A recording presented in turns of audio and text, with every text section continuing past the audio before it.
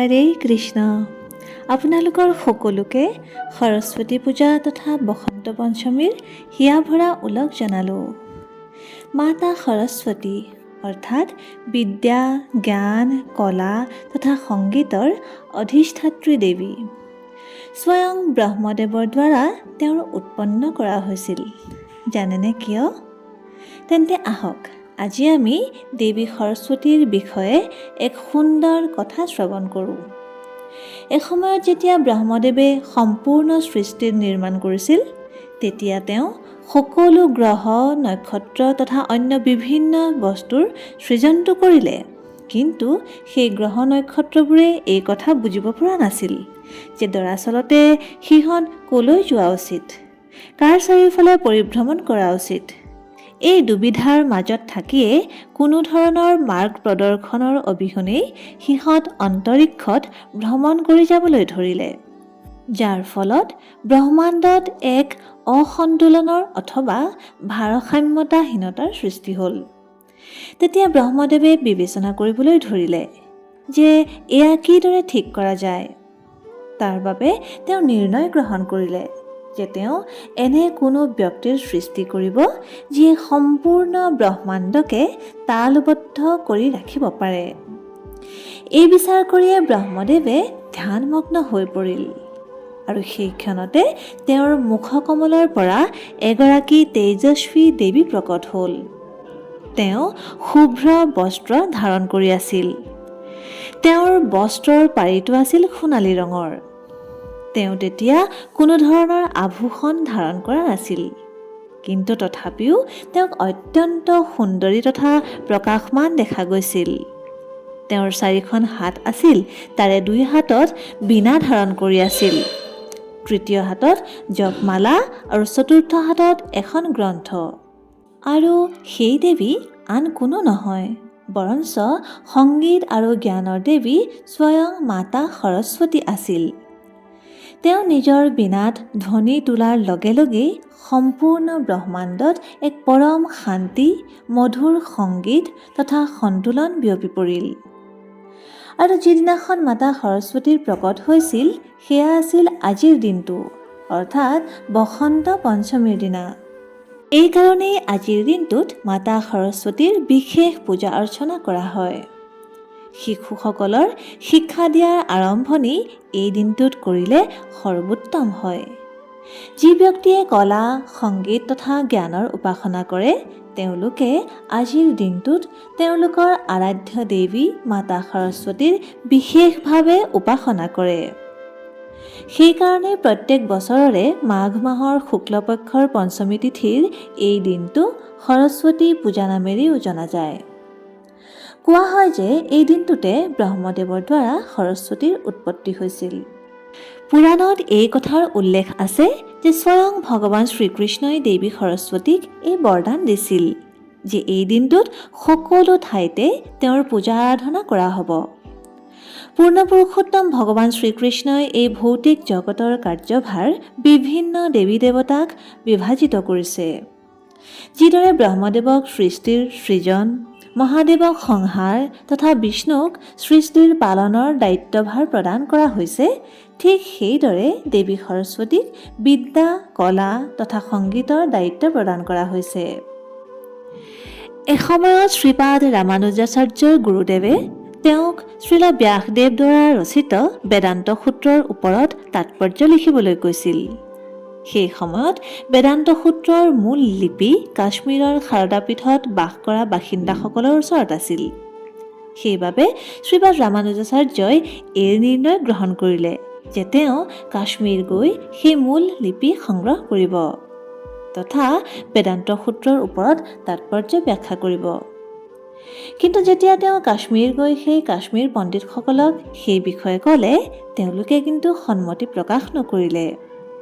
তেওঁলোকে বিচৰা নাছিল যে মূল লিপি ৰামানুজাচাৰ্যই লাভ কৰক। এনে পৰিস্থিতিত ৰামানুজাচাৰ্যই কি কৰিব? তেওঁ দেৱী সৰস্বতীৰ উপাসনা কৰিলে আৰু ইয়াৰ পিছত স্বয়ং দেৱী সৰস্বতীয়ে আহি শ্ৰীপাদ ৰামানুজাচাৰ্যক বেদান্ত সূত্ৰৰ মূল প্ৰতিলিপি প্ৰদান কৰিলে। যেতিয়া শ্ৰীপাদ ৰামানুজাচাৰ্যই নিজৰ ভাষ্য পূৰণ কৰিলে তেতিয়া দেৱী সৰস্বতীয়ে প্ৰসন্ন হৈ তেওঁক ভাষ্যকাৰৰ উপাধি প্ৰদান কৰিছিল আৰু ভগৱান হয়গ্ৰীৱৰ বিগ্ৰহো প্ৰদান কৰিছিল। বসন্ত পঞ্চমীক জ্ঞান পঞ্চমী তথা শ্ৰী পঞ্চমী বুলিও কোৱা হয়। বসন্ত পঞ্চমীৰ দিনাৰ পৰাই বসন্ত ঋতুৰ আৰম্ভণি হয়, যি সময়ত প্ৰকৃতি জকমকাই উঠে। শ্ৰীকৃষ্ণ চৈতন্য মহাপ্ৰভুৰ অৱতৰণো এই ঋতুতে হৈছিল, যিটো আমি গৌৰ পূৰ্ণিমা নামেৰে জানো। ভগৱদ গীতাৰ 10ম অধ্যায়ৰ 35 নম্বৰ শ্লোকত ভগৱানে স্বয়ং কয়, বৃহৎসাম তথা সাম্নাম গায়ত্ৰী ছন্দসাম অহম মাসানম মাৰ্গশীৰ্ষোহম ঋতুনাম কুসুমাকৰা। অৰ্থাৎ সামবেদৰ মন্ত্ৰসমূহৰ ভিতৰত মই বৃহৎ সাম আৰু ছন্দোবদ্ধ কবিতাসমূহৰ ভিতৰত মই গায়ত্ৰী মন্ত্ৰ, মাহবোৰৰ ভিতৰত মই আঘোণ মাহ আৰু ঋতুসমূহৰ ভিতৰত মই ফুলেৰে ভৰপূৰ বসন্ত ঋতু। আমি সকলোৱে শুনিছোঁ কাতি মাহত শৰদ পূৰ্ণিমাৰ ৰাতি ভগৱান শ্ৰীকৃষ্ণ তথা গোপীসকলৰ মাজত মহাৰাস হয়। কিন্তু আপুনি জানেনে বাৰু, ইয়াৰ উপৰিও আৰু এটা মহাৰাস আছে, যিটোৰ বিষয়ে শ্ৰীল জয়দেৱ গোস্বামীয়ে নিজৰ ৰচনা গীত গোবিন্দত উল্লেখ কৰিছে। হয়, এয়া বাসন্তী ৰাস বুলি কোৱা হয় আৰু এয়া ভগৱান শ্ৰীকৃষ্ণ তথা তেওঁৰ নিত্য সিদ্ধ গোপীসকলৰ মাজত বসন্ত পঞ্চমীৰ ৰাতি অনুষ্ঠিত হয়। শৰদ পূৰ্ণিমাৰ মহাৰাস বৃন্দাবনস্থিত যমুনাৰ তীৰত হৈছিল আৰু এই বাসন্তী ৰাসলীলা গিৰিৰাজ গোবৰ্ধন পৰ্বতত অনুষ্ঠিত হৈছিল।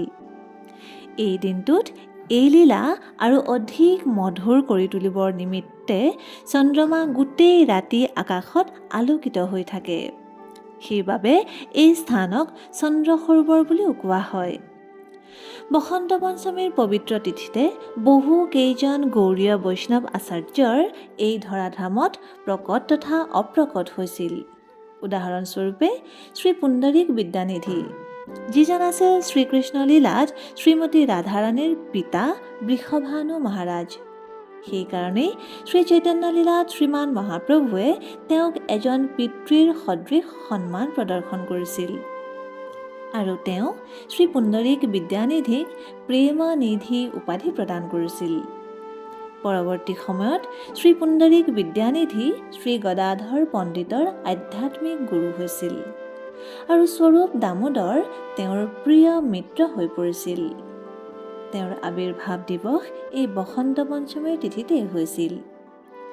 ইয়াৰ উপৰিও শ্ৰী ৰঘুনন্দন ঠাকুৰ, যিজনে নিজৰ বাল্যকালতে নিজ হাতেৰে ভগৱান শ্ৰী গোপীনাথক ভোজন কৰোৱাইছিল, তেওঁৰো আবিৰ্ভাৱ এই ধৰাতলত আজিৰ দিনটোতে হৈছিল। শ্ৰীল ৰঘুনাথ দাস গোস্বামী, যিজন আছিল বৃন্দাবনৰ মুখ্য 6জন গোস্বামীৰ মাজৰ এজন, তেওঁৰ আবিৰ্ভাৱ দিৱসো আজিয়ে হয়, অৰ্থাৎ বসন্ত পঞ্চমীৰ দিনা। আজি আমি বৃন্দাবনত যি ৰাধাকুণ্ড তথা শ্যামকুণ্ড দেখা পাওঁ, তাৰ নিৰ্মাণ সেই ৰঘুনাথ দাস গোস্বামীদেৱে কৰোৱাইছিল। এইজন সেই ৰঘুনাথ দাস গোস্বামী আছিল, যিজনে এবাৰ ভীষণ গৰমত বাহিৰত ৰ'দত বহি জপ কৰি আছিল। তেতিয়া তেওঁৰ মূৰৰ ওপৰত ছাঁ দিবলৈ স্বয়ং শ্ৰীমতী ৰাধাৰাণী আহিছিল। যিহেতু তেওঁ ইমান উদাসীন আছিল যে তেওঁ নিজৰ বাবে কুটীৰ বনোৱাটোও জৰুৰী বুলি গণ্য কৰা নাছিল। ইয়াৰ উপৰিও শ্ৰীমতী বিষ্ণুপ্ৰিয়া দেৱীৰো আজি আবিৰ্ভাৱ দিৱস। শ্ৰীমতী বিষ্ণুপ্ৰিয়া দেৱী আছিল শ্ৰী চৈতন্য মহাপ্ৰভুৰ পত্নী আৰু তেওঁ সাক্ষাৎ ভগৱান নাৰায়ণৰ ভূশক্তি। বসন্ত পঞ্চমীৰ দিনা আৰু এজন মহান আচাৰ্য শ্ৰীল বিশ্বনাথ চক্ৰৱৰ্তী ঠাকুৰে এই ধৰাতলৰ পৰা নিজৰ লীলা সমাপ্ত কৰিছিল। সেইবাবে তেওঁৰ তিৰুভাৱ দিৱস আমি আজিৰ দিনটোতে পালন কৰোঁ। শ্ৰীল প্ৰভুপাদে এইজন মহান আচাৰ্যকে সমগ্ৰ বিশ্বতে এক আধ্যাত্মিক আন্দোলনৰ সৃষ্টি কৰা তেওঁৰ ভগৱদ গীতা যথাযথৰ সমৰ্পণ কৰিছিল। বসন্ত পঞ্চমীৰ দিনটোৰ পৰাই বসন্ত ঋতুৰ আৰম্ভণি হয় আৰু সেইবাবে বৃন্দাবনৰ বহু মন্দিৰতে ভগৱান শ্ৰীকৃষ্ণক অনেক প্ৰকাৰৰ সুগন্ধিত তথা ৰং বিৰঙৰ ফুল তথা পাত অৰ্পণ কৰা হয়। সুন্দৰ নৱংকুৰিত ঘাঁহেৰে তেওঁক সজোৱা হয়। এই দিনটোত বৃন্দাবনত কৃষ্ণ বলৰাম তথা ৰাধাকৃষ্ণৰ বিগ্ৰহক হালধীয়া বস্ত্ৰেৰে সুশোভিত কৰা হয় আৰু তেওঁলোকৰ প্ৰসন্নতাৰ অৰ্থে বসন্ত ৰাগ পৰিৱেশন কৰা হয়। এইটো হৈছে নৱসৃষ্টিৰ দিন।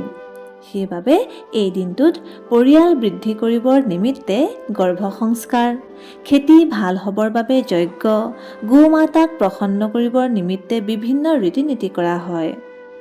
এইটো এনে এটা দিন যিটো কোনো ধৰণৰ শুভ মুহূৰ্ত নোচোৱাকৈয়ে যিকোনো ধৰণৰ শুভ কাৰ্য কৰিব পৰা যায়। সেয়া গৃহপ্ৰৱেশ, বিবাহ সংস্কাৰ, মূল্যৱান সম্পদ ক্ৰয় কৰা অথবা বিদ্যা আৰম্ভণি কৰাই নহওক কিয়। ভাৰতত বিভিন্ন স্থানত বিভিন্ন ৰীতি নীতিৰে এই উৎসৱ পালন কৰা হয়। এই দিনটোত বিদ্যাৰ্থীসকলে নিজৰ গ্ৰন্থসমূহ মাতা সৰস্বতীৰ চৰণত থৈ তেওঁক প্ৰাৰ্থনা জনায়, তেওঁ যেন জ্ঞান প্ৰদান কৰে। তেন্তে আহক আজিৰ এই অত্যন্ত পবিত্ৰ দিনটোত আমিও এই জ্ঞান তথা কলাৰ দেৱী মাতা সৰস্বতীৰ চৰণত সেৱা জনাই তেওঁক প্ৰাৰ্থনা কৰোঁ যে তেওঁ যেন আমাৰ ভৌতিক জগতৰ প্ৰতি থকা আসক্তিৰূপী অজ্ঞানতাৰ অন্ধকাৰ নষ্ট কৰি আমাক শুদ্ধ কৃষ্ণপ্ৰেম তথা ভক্তিময় সেৱাৰ পথ প্ৰদৰ্শিত কৰে, যাৰ দ্বাৰা আমি আমাৰ জীৱনৰ পৰম লক্ষ্য প্ৰাপ্তি কৰিব পাৰোঁ। ধন্যবাদ। হৰে কৃষ্ণ।